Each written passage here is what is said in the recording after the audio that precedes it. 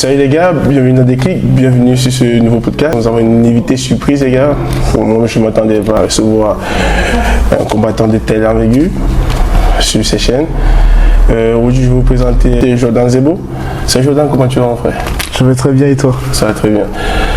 Merci d'avoir accepté mon invitation, d'avoir accepté de passer sur ma chaîne.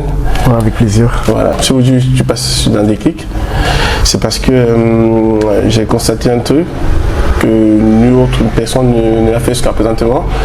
Et pour par exemple l'atelier que tu organises un peu partout en France, je voulais savoir qui est-ce qui t'a donné cette idée, ou d'où vient cette idée d'organiser des ateliers un peu de partout. Tu as un combattant de prestige comme toi qui permet aux jeunes d'aujourd'hui de le rencontrer et faire des petits ateliers, des mini-ateliers un peu de partout. Qui t'a donné cette idée s'il te plaît? Bon, en fait, moi j'ai toujours eu cet amour pour le MMA et le sport et les valeurs que ça transmet. Et j'ai vu que le MMA, de plus en plus de personnes le connaissent en France et j'ai envie de contribuer à ça. Parfait. Et qu'on le comprenne bien. Donc qu'on voit que le MMA, c'est de la technique, oui. La profondeur technique, toute la variété qu'il y a de choix et de façon de voir le sport aussi. Et voilà, donc moi de mon côté, à côté de combattant, je suis déjà coach au Factory. Voilà, le fait de bouger, ça permet de découvrir d'autres endroits, oui. D'autres personnes, ouais. Et en même temps de pouvoir partager mon expérience et aider à d'autres jeunes à pouvoir avancer dans leur projet, s'ils ont envie de faire de la compétition, s'ils ont envie d'être pro, ou même juste envie de parler en face à un combattant et que je puisse leur expliquer vraiment un peu tout ce qui se passe derrière. Voilà. Ah ouais, très intéressant. Très intéressant. Tout à l'heure, je t'ai entendu dire aux jeunes, aux plus jeunes, comme quoi, parce qu'ils te posaient la question, comment tu as fait pour être professionnel, et toi, tu les as fait comprendre que non. Il y a eu des périodes que tu dormais à la salle de sport. Ouais, c'est ça. Ta vie. Et approfondis un peu plus parce que j'ai pas compris bien quand tu as dit ça et puis j'avais l'oreille en feedback, en fait, j'ai pas capté en fait. En fait, c'est moi que quand j'étais à l'école en Martinique, je devais enchaîner avec le MMA directement. Je me débrouillais pour y aller après les cours, je faisais toutes les options sportives. Et c'est quand j'allais au MMA, c'était ma troisième séance de la journée. Et donc voilà, je rentrais tard chez moi et je devais repartir. Quand je suis arrivé en France, là, du coup, il n'y avait plus l'école. Du coup, c'était que la salle. J'allais le matin, je faisais mes séances le matin. Si j'avais pas dormi beaucoup la veille, parce qu'en plus je faisais déjà des petits coachings un peu partout, j'étais obligé de bouger. Maintenant, les personnes viennent à moi, donc c'est plus facile. Mais j'étais obligé de bouger et ça faisait que j'avais moins de temps pour récupérer et tout. Et parfois, je faisais mes siestes à la salle et ensuite je repartais. C'est ça, aux entraînements directement. Donc même jusqu'à maintenant, on se dit peut-être que maintenant que je suis pro et que j'avance bien et tout, peut-être je suis moins comme ça, mais non, je suis toujours aussi assidu et je fais parfois 3 séances par jour en plus des coachings que maintenant je peux faire directement sur place. Du coup, j'ai pas trop bougé et tout, mais voilà. Tout à l'heure, je t'ai entendu dire que tu viens du MMA Factory. Ouais, c'est ça. Mais c'est impressionnant. Ouais. Parce que là, tu as dû bosser, tu as une séance d'entraînement. Ouais, c'est ça. Et tu enchaînes ici parce que tout à l'heure, tu n'aides pas seulement les jeunes. Je t'ai vu en train de pratiquer, tu fais du striking en bas. En fait, tu étais en train de bosser. Je me dis, mais monsieur gars, c'est une machine. Et en plus, tu expliquais parfaitement bien. Moi, j'étais derrière, je disais, j'étais choqué en fait. Moi, j'essaie de faire en sorte que ce soit précis quand je parle, que vraiment après, on puisse pas trop mal interpréter et que derrière, directement, ils comprennent. Qu'ils percutent et qu'ils puissent même, tellement ils ont bien compris la technique, qu'ils peuvent la mettre à leur sauce en fonction de leur jeu, en fonction de leur morphologie.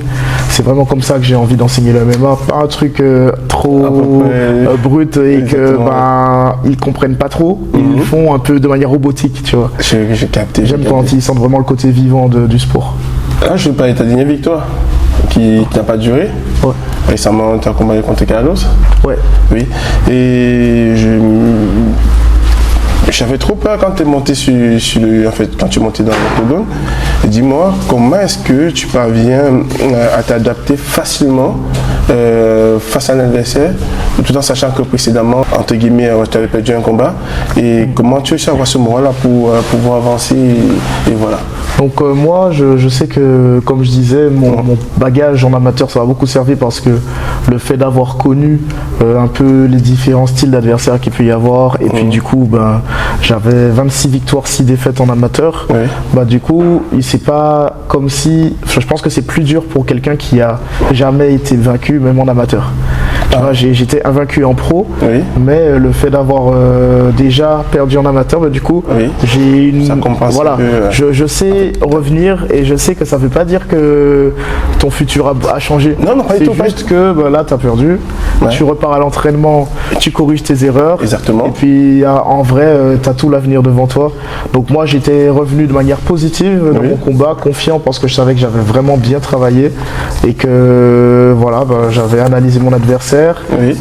Moi, à l'année, je m'entraîne et je fais en sorte d'être prêt pour le plus de personnes possible. Une fois qu'on a un nom, là, on peaufine des détails. Mais vraiment, voilà, j'avais confiance en mon travail fourni pendant tout ça de temps. Et voilà, et aussi, j'aime le sport. Donc, c'est ce qui est beau. On sait que les deux, en vrai, quand on va dans un combat, on espère toujours être meilleur que l'autre, mais on sait qu'il y a toujours le facteur, c'est un combat, quoi. Donc c'est 50-50 en vrai. J'ai toujours entendu dire que toi t'es un bon bosseur, mais j'ai cru que c'était de la rigolade en fait. Tu vois. Donc le fait d'avoir vu de mes propres yeux ta façon de travailler, je ne mens pas les gars, c'est impressionnant, ce que Jordan fait. C'est bizarre, des fois on peut se permettre de juger quelqu'un quand on ne connaît pas. Les combattants en général, eux ils montent dans l'octogone, ils combattent 5-6 minutes, parfois ils gagnent pas un KO, parfois ils se terminent bien, mais quand on voit derrière, on se dit c'est facile. C'est vrai. Honnêtement, quand on voit derrière, on se dit c'est facile. Mais sans savoir que c'est des années de performance, en fait, de du labeur que vous faites pour que sur l'octogone, ça soit facile en fait. C'est ça, c'est que parfois on se dit un combat ça peut se gagner à la décision et tout, mais aussi comme tu as dit, ça peut être un KO rapide, mais pour pouvoir faire ces performances-là, c'est vraiment un travail énorme. J'ai vécu, parce que aujourd'hui, c'est la première fois, je viens de ma vie que j'assiste à une formation, en fait, un atelier des MMA. On a fait presque 3 états non-stop. C'est ça. Ils n'ont pas eu le temps. Au bout d'une heure, elle buvait un peu d'eau, les gars. C'est ça. Mais si c'est ça le côté de l'athlète, ça mérite le coup. Mais oui. Champion, félicitations. Merci. Non, honnêtement, arrivé où tu es, je pense que tu mérites. Et ceci, ça c'est comme par exemple, il y a cela pas longtemps. Tu étais un combattant, tu avais déjà des combats gagnés en amateur. Tout à l'heure, je t'ai dit, tu as presque 32 combats en amateur gagnés avant d'être professionnel. Et je me laisse savoir en fait, parce qu'il y a plein de jeunes aujourd'hui qui sont un peu dans ton cas, qui sont des bosseurs, qui ont des combats en amateur, qui sont des champions, tu vois, mais qui n'ont pas la lumière, tu vois, ils n'ont pas cette possibilité d'être vus par tout le monde, d'avoir ce système médiatique. Et voilà. Parce que je me rends compte aujourd'hui, tous les journalistes, tous les médias qui parlent du MMA repartent de la même personne. Tu vois. C'est ça. J'aimerais que tu me dises, tu me donnes un peu ton opinion dessus. Moi, mon astuce et ce que je vais mettre en avant, mais que l'on constate en vrai, je fais que constater comment ça fonctionne pour ceux qui sont les plus vus. Voilà, c'est comme je disais, la priorité, c'est sûr que c'est de gagner. C'est un sport de combat, donc l'intégrité physique, c'est la priorité. Il faut que quand on part en compétition, on soit quasi sûr que voilà, on peut gagner, on peut perdre, mais en tout cas, l'objectif c'est qu'on soit suffisamment prêt pour être solide et prêt à ne pas être blessé trop n'importe comment. Ensuite, gagner. Donc gagner, c'est ça qui va faire que à partir du moment où on gagne, si on rajoute derrière les réseaux sociaux, du coup c'est pour constater que voilà, on a gagné et voilà. Tu me permets, je ne te coupe pas. Est-ce qu'un combattant d'MMA est obligé, aujourd'hui en France, obligé de faire le fanfaron sur les réseaux sociaux pour être reconnu à sa juste valeur? Et c'est obligé. C'est la question que je me pose. Je te dis ça, je sens toujours t'interrompre, parce que quand on voit des champions d'Angleterre sur les États-Unis, ils ne font pas du cash talk. C'est ça. Vous voyez, mais ils sont champions et ils sont reconnus à la juste valeur. Voilà, c'est quoi la nuance? Explique-moi un peu. Moi, je pense que c'est pas vrai qu'on est obligé de faire du trash talk, des choses comme ça. Non. En vrai, c'est juste certaines personnes qui se sont démarquées comme ça, mais c'est pas ça la base. La base, c'est on est combattant, on s'entraîne, on fait en sorte de gagner. Une fois qu'on gagne, derrière, les réseaux et les médias sont là pour mettre en évidence qui est cette personne-là qui a gagné, comment elle a gagné. Et quand est son prochain combat, on communique, l'athlète il doit communiquer lui-même pour être visible, il faut qu'il communique. Donc il faut s'entraîner, on montre, il peut par exemple, la base des athlètes professionnels c'est quoi? Ils montrent des petits extraits de leur entraînement sans trop donner de pistes à leurs adversaires. Mais voilà, juste pour donner faut donner la chicotte qu'on s'est fait foutre avec, tu vois. Ben oui, c'est ça. Ouais. Et donc là, donc en faisant attention, on donne des petites pistes, mais voilà, derrière, c'est juste, on montre des petits extraits de combat, que ça se passe bien le combat, qu'on a gagné le combat, et on se fait suivre pour quand est-ce qu'il combat à nouveau.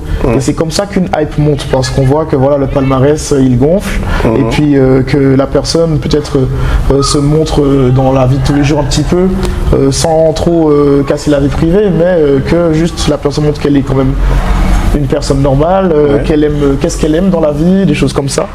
Et en vrai, c'est comme ça que la plupart des athlètes se sont fait reconnaître en fait. C'est pas, voilà, tout simplement.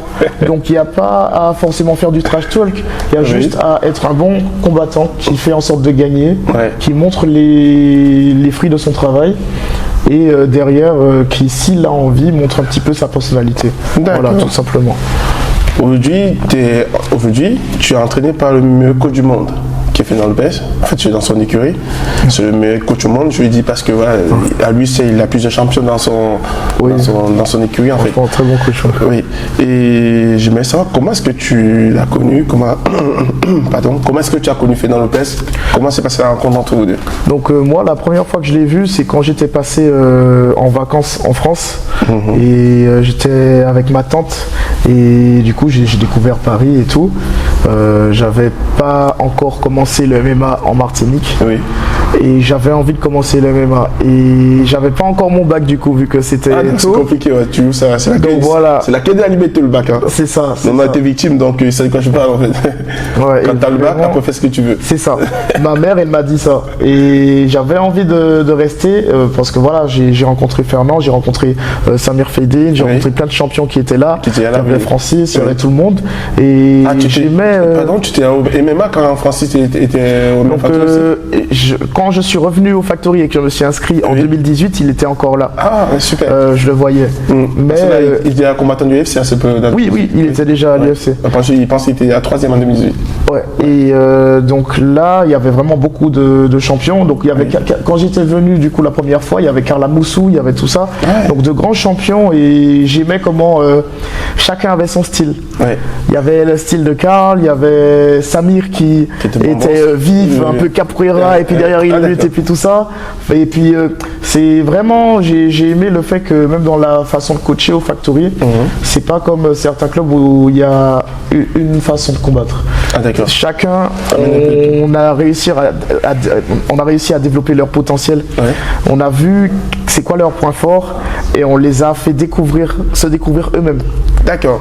Et c'est justement, quand tu parlais de ça, parce que ma question du dessus, c'était que je vais te poser la question. Quand tu as vu MMA Factory, tu étais déjà performant. Qu'est-ce que le MMA Factory t'a apporté de plus en fait? Le MMA Factory, quand tu es arrivé là, est-ce que tu étais déjà bon et qu'ils t'ont façonné ou est-ce que tu étais juste un athlète moyen? Après, ils t'ont fait... Donc moi,